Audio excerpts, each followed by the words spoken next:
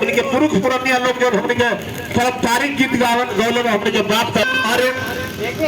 अरे एक हाथ पुस्तक दूजे अरे हाथ में सीतारामा ए रामा अरे नियरवा रउरा शोभे हंसाया सबरमा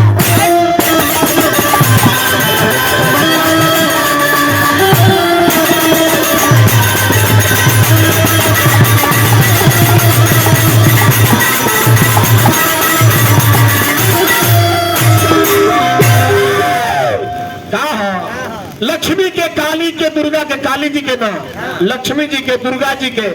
ईश्वर देवी के साड़ी कैसन है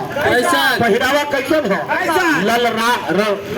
रंग है लाल रंग है लेकिन वहाँ सरस्वती के ही एक अलग बसन भूषण बा चढ़े वाला वाहन जौन बा उहो सफेद कमल के फूल जौन आसन बा उहो सफेद साड़ी सफेद माला सफेद श्रृंगार सफेद सब कुछ सफेद ही सफेद यही तो मेरा खेद है का सरस्वती माँ के साड़ी के रंग कैसन होला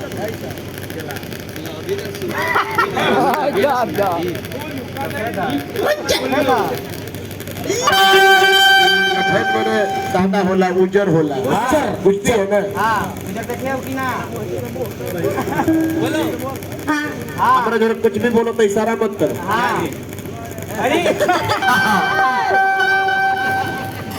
ये बबुआ हाँ अरे उजर साया